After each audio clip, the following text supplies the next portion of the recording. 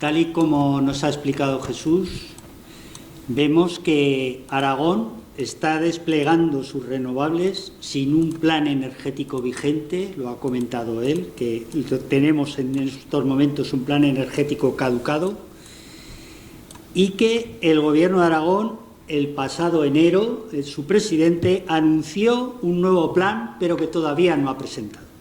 Pero que queremos recordar aquí y denunciamos desde Aragón Existe que en marzo, el 4 de marzo del año 21, de hace más de un año, la Comisión de Industria, Competitividad y Desarrollo Empresarial de las Cortes aprobó por unanimidad que se iba a presentar un plan de ordenación territorial de recursos energéticos y no entendemos cómo a día de hoy todavía ese plan de ordenación no está presentado.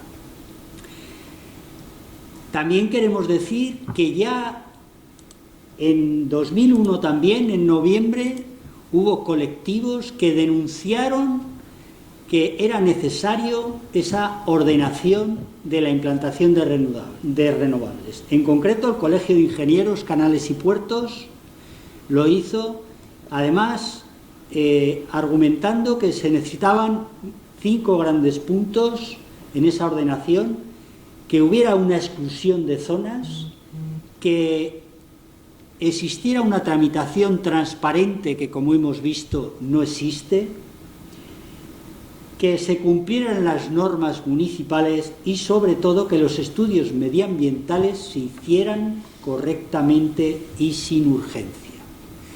Lamentablemente, tal y como así expusimos en la denuncia que presentamos al fiscal de Medio Ambiente, esa tramitación seria, rigurosa, no se está produciendo. También recordamos que el propio presidente de la Diputación Provincial de Huesca, Miguel Gracia, también solicitó en noviembre de 2021 esa necesaria ordenación de la implantación de renovables. Todo esto, como vemos, no se está produciendo. La Diputación General y su Gobierno están consintiendo que empresas como la que estamos viendo de Forestalia sean las que se implanten en el territorio sin ningún tipo de contemplación ni de ordenación. Y lo que sucede al final es que están trasladando esa responsabilidad a los municipios, especialmente a los pequeños, y me explicaré por qué. Cuando un municipio ve que de repente le presentan un proyecto de gran envergadura, no tiene asesoría para estudiarlo, necesita contratarla, y al final los municipios grandes que tienen plan de ordenación urbana recurren a la modificación del plan de ordenación y a la paralización de las licencias durante un periodo estimado en torno a un año. Pero ¿qué sucede con los pequeños municipios que no tienen plan de ordenación, que solo tienen unas normas subsidiarias de Diputación Provincial? Pues que esos no tienen ninguna herramienta para ordenar su territorio y al final la empresa donde decide instalarla, allí que va.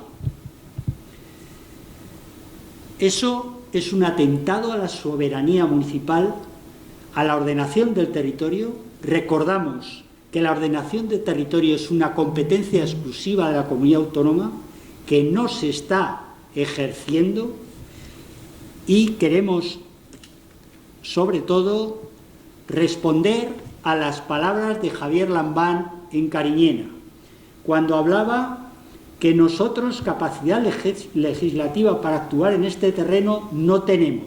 Dijo, ya me gustaría. Pues sí que tienen capacidad para legislar. Tienen la competencia de ordenación territorial que deberían de ejercer.